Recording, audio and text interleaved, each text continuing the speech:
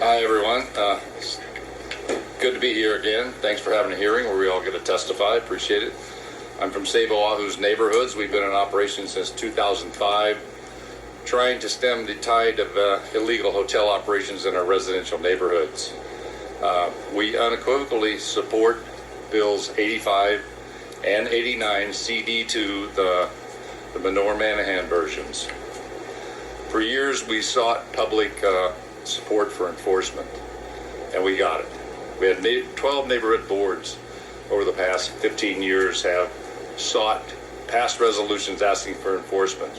Community associations such as Kahala, Waimanalo Beach Lots, Aina Haina, Lanikai have all asked for improved enforcement. Homeless agencies such as Institute for Human Services have asked for better enforcement. Housing, OHA, and Appleseed have asked for better enforcement. For years, it was the council saying we have to have permitting before enforcement. It obviously hasn't worked. The council's previous inaction on enforcement is crediting, it is caused this surge of illegals, and now you have a huge constituency with a big financial interest in what's going on because we never got enforcement under control 10 years ago when we could have. So the real players, maybe you just heard one of them, the real players are not here. They don't care about permitting. They care about these enforcement provisions of Mr. Menor and Manahan's bills. And they are the big players. They're 80% of this market that's doing this to us, right?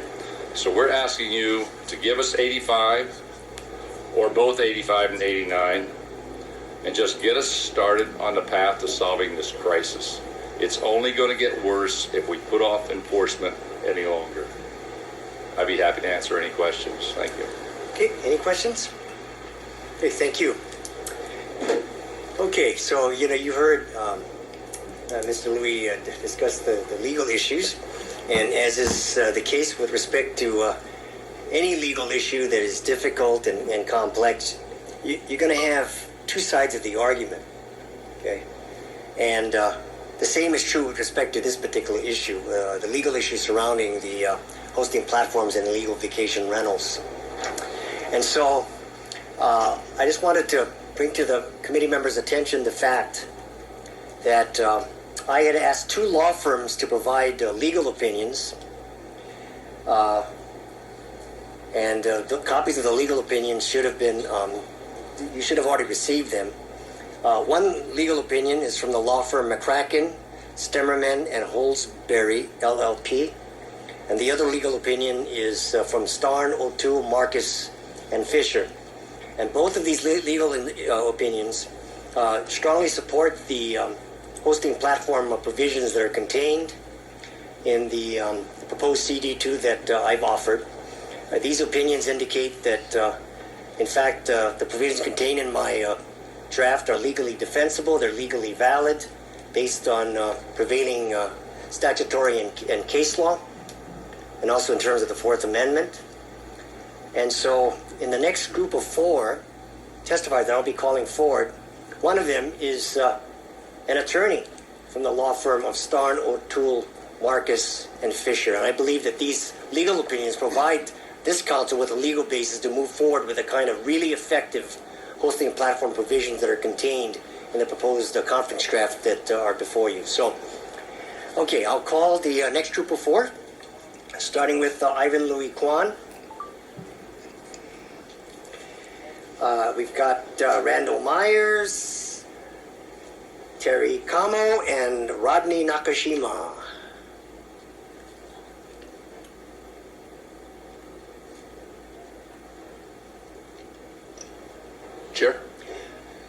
Chairman, has the Corporation Council had the opportunity to review those legal opinions? Agrees. Well, I'm not sure. I'll make sure that we provide. I did mention those legal opinions to the Corp Council. Good.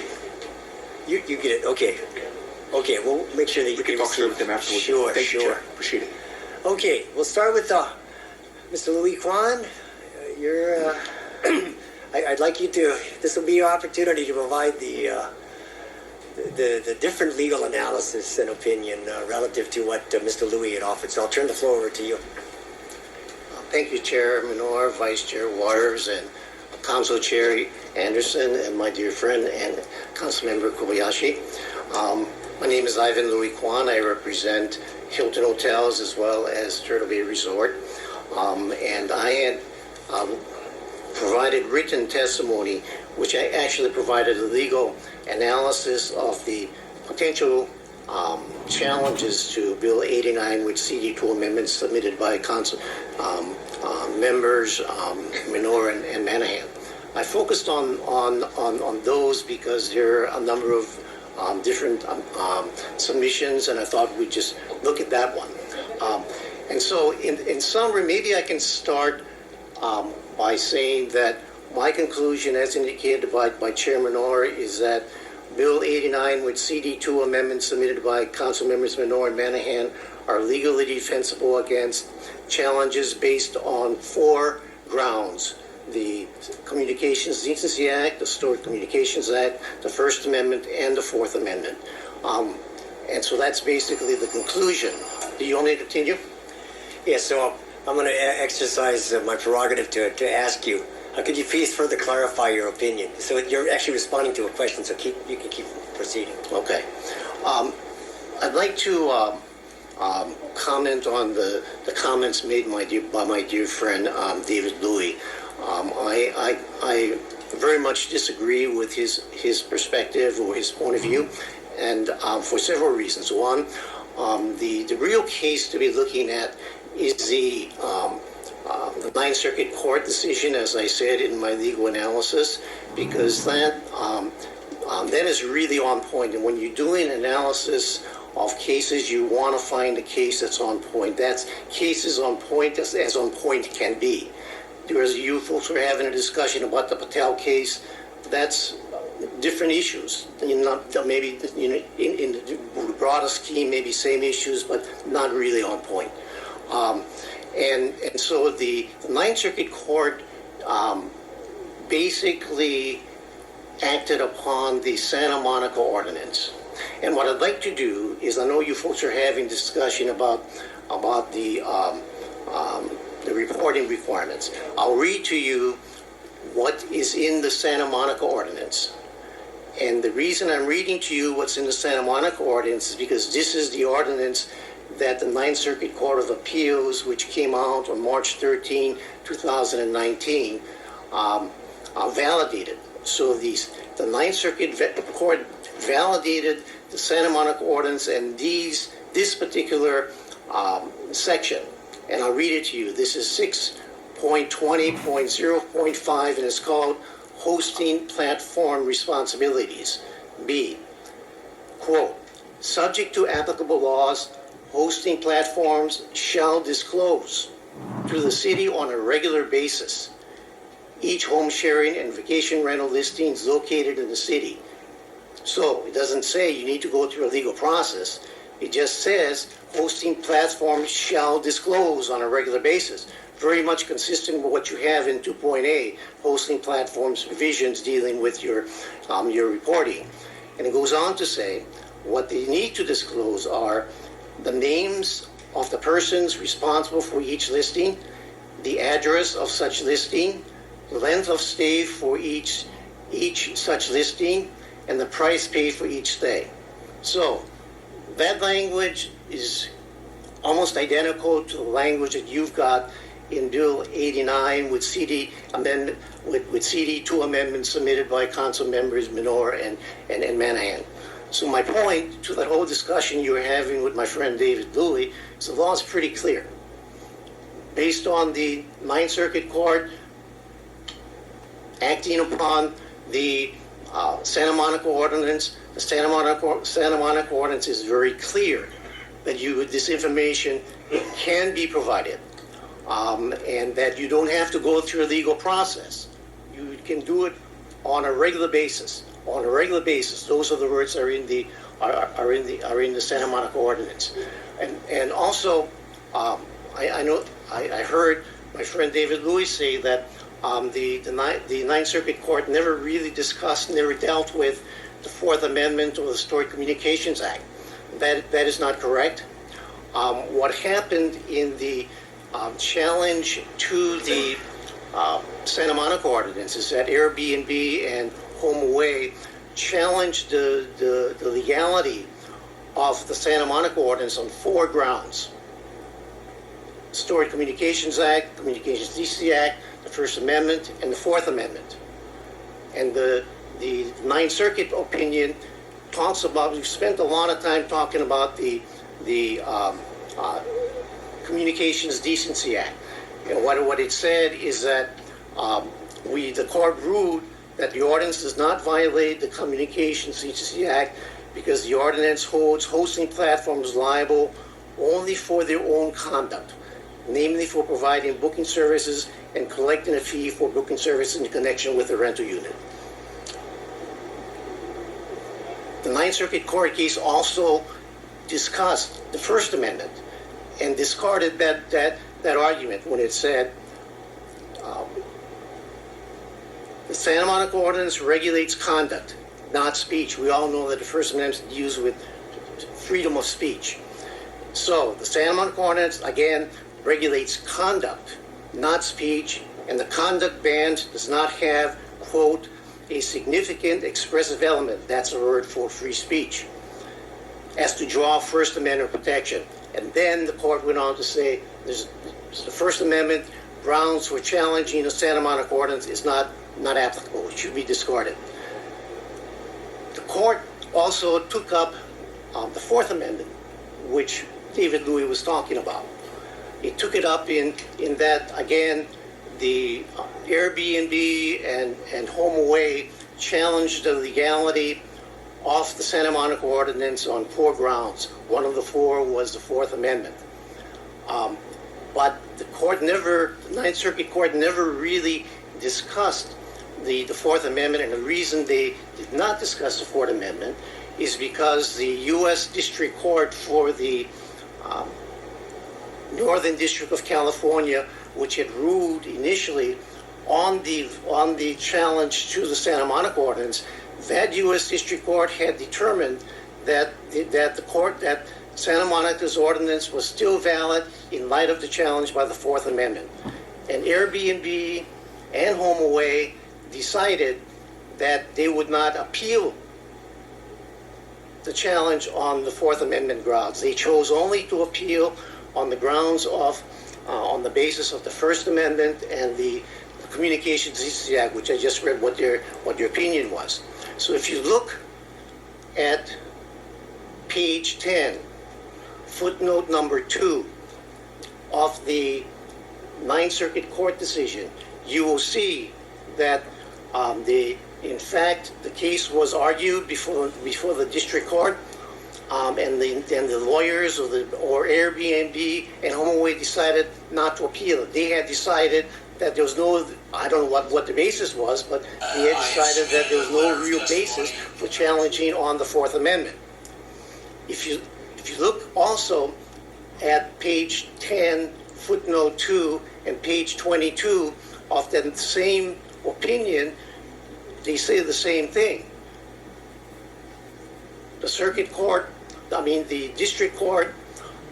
had made a determination that on those grounds, the Fourth Amendment and the Stored Communications Act, that there was no legal basis for discarding or invalidating the Santa Monica ordinance.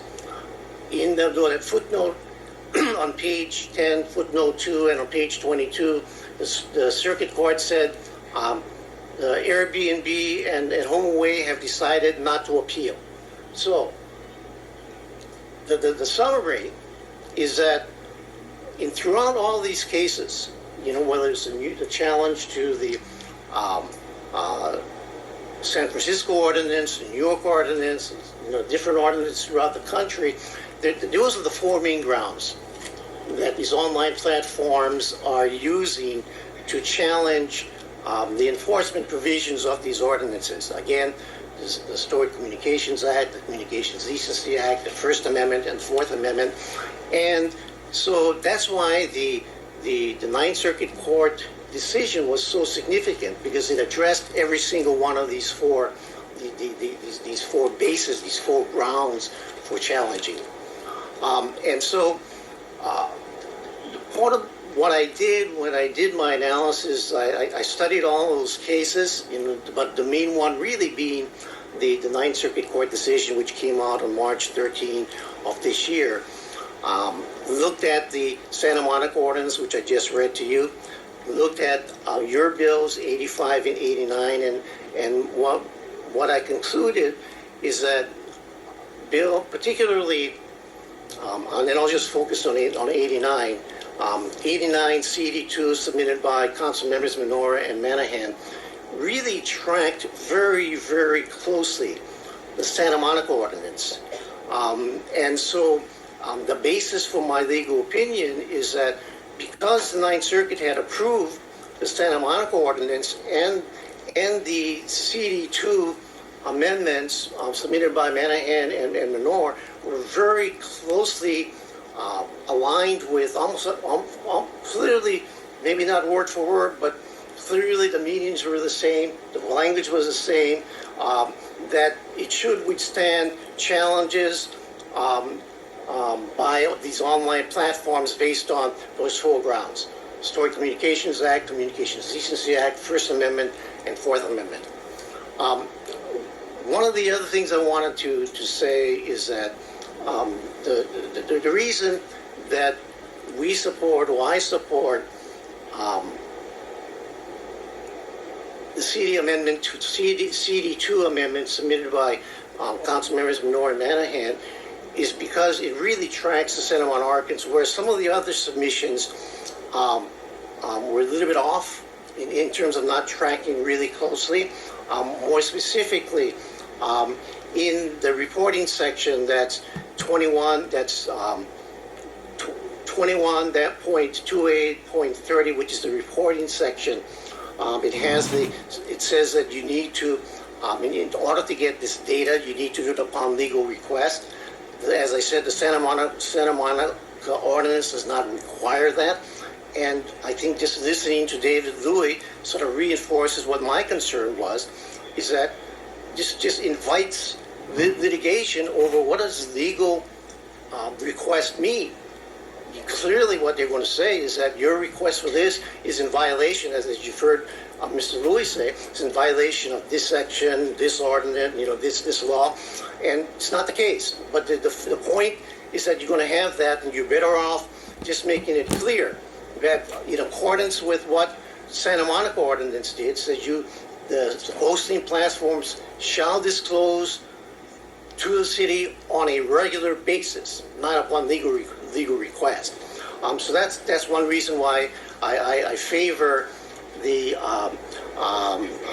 CD2 amendment submitted by Menor and Manahan, because it tracks that. The second thing is that additional language in the amendments submitted by Manahan and Menor, which says subject to applicable laws, and that's kind of important because that's the same language that is used in the Santa Monica ordinance. In, as I said, 6.220.0.050 section B, it says subject to applicable laws, and that's in your CD2 Manahan and Menor's submission. And the reason that's important is because what this ordinance and what this language is saying, if there's a challenge, we want to make sure that this ordinance is interpreted in accordance with whatever laws there are. And you've got in your bill a severability clause. So if one provision is bad, then it doesn't invalidate everything. But I'm going on too long. So that's where we're at now. Good. Appreciate your analysis. Any questions from the members? Okay. So in terms of the very brief question, in terms of the legal analysis, can you just confirm again that in the Ninth Circuit opinion that the court did specifically address the disclosure reporting provision, that they did review it, they addressed it, and by not overturning it, in effect, the Ninth Circuit was affirming the legal validity of that disclosure provision. Yes, on those four grounds. On those four grounds. And what you're saying is that those four grounds were addressed. When you look at the Ninth Circuit Court opinion, they specifically talk about the CDA, Communications Decency Act. The U.S. District Court rendered a definitive ruling on the Fourth Amendment and the Storage of Property Act. So when you combine both, we have legal precedent, solid legal precedent upon which to base on our hosting platform provisions on. Exactly, and as I said, the reference in the Ninth Circuit Court opinion was on page 2, footnote 2, and on page 22 where they said that. Okay. One final question. You know, Mr. Lui talked about the consent provisions. You know, he threw out the discussion about coerced consent, so on and so forth. Do you have any thoughts about that? Any input? Well, you know, one of the interesting things about this Ninth Circuit Court opinion, basically what it says, and it's in my written legal analysis, it says that online platforms don't have a dispensation to comply with laws, land use laws, tax laws, labor laws, and so they're just because they're online platforms, they're not magically excused from following the law. And so, you know, one of the laws, you know, they specifically mention, tax and land use, and businesses. And so, I've cited in my legal analysis, you know, the reference to the state statutes, which says that if you want to do business in Hawaii, that you need to register to do business. And also those sections, you know, in the state law, which says that these online providers of units, you know, need to be in compliance, and so what I see is that as part of registration and as part of that the hosting platform section 21-2A.20, it requires, you know, the consent of the hosting platforms as well as the operators of the units, and I think that's consistent, you know, with if you're going to do business, they can choose not to do business, but if you're going to do business, you've got to comply with the law. I mean, if you got to register, and part of the registration is to, you know, to do certain things. So I again, you know, lawyers have a great facility for disagreeing, but I clearly have a different point of view than my friend David. And then one final question. You know, some of the critics of our provisions have also brought up that New York federal court opinion, the New York opinion. But my reading of it is that the court basically in that case rendered a decision pursuant to the issuance of a preliminary injunction, correct? It's a preliminary injunction ruling. And so, of course, with preliminary injunctions, you know, it's not a final definitive ruling. I mean, it's a kind of a preliminary ruling by the court that this particular party seeking the injunction has a chance, a probability that he could prevail, but it's not a final and determinative decision. Whereas in the case of the U.S. District Court opinion that you've discussed and the U.S. Ninth Circuit Court of Appeals decision that you've discussed, these are final determinative decisions. So shouldn't we give more weight to the Ninth Circuit Court opinion and the Federal District Court opinion in California relative to the New York opinion? Of course, and Hawaii's not bound by New York law also, correct? Well, I would go beyond that. I think what you say is absolutely correct, but I would go beyond that. In basically what that New York U.S. District Court case said when it was ruling on the challenges by Airbnb and HomeAway against the validity of the New York City ordinance, it made its challenges on three grounds: the Stored Communications Act, the First Amendment, and the Fourth Amendment. And basically what that case said is that there is no basis for challenge on Stored Communications Act basis. There was no basis for challenge on First Amendment grounds, but it did say that there was some validity in the challenge of the Fourth Amendment. And what it said is that two things that are important. One is that the scope of the data was asked for in the New York City ordinance was breathtaking, was just huge, and that's very different from how the Santa Monica ordinance is structured. It's very different from how your Bill 89 with your submissions, is structured. The other thing it said that they had a whole discussion about consent. That's why those sections in that 21-2A.20 giving consent of the hosting platforms as well as the operators of the units are very, very important. So the other thing that I think is really critical to understand when you're talking about the New York decision and the New York case is that the parties were the plaintiffs are Airbnb and HomeAway, and the plaintiffs in the Santa Monica challenge are the same, Airbnb and HomeAway.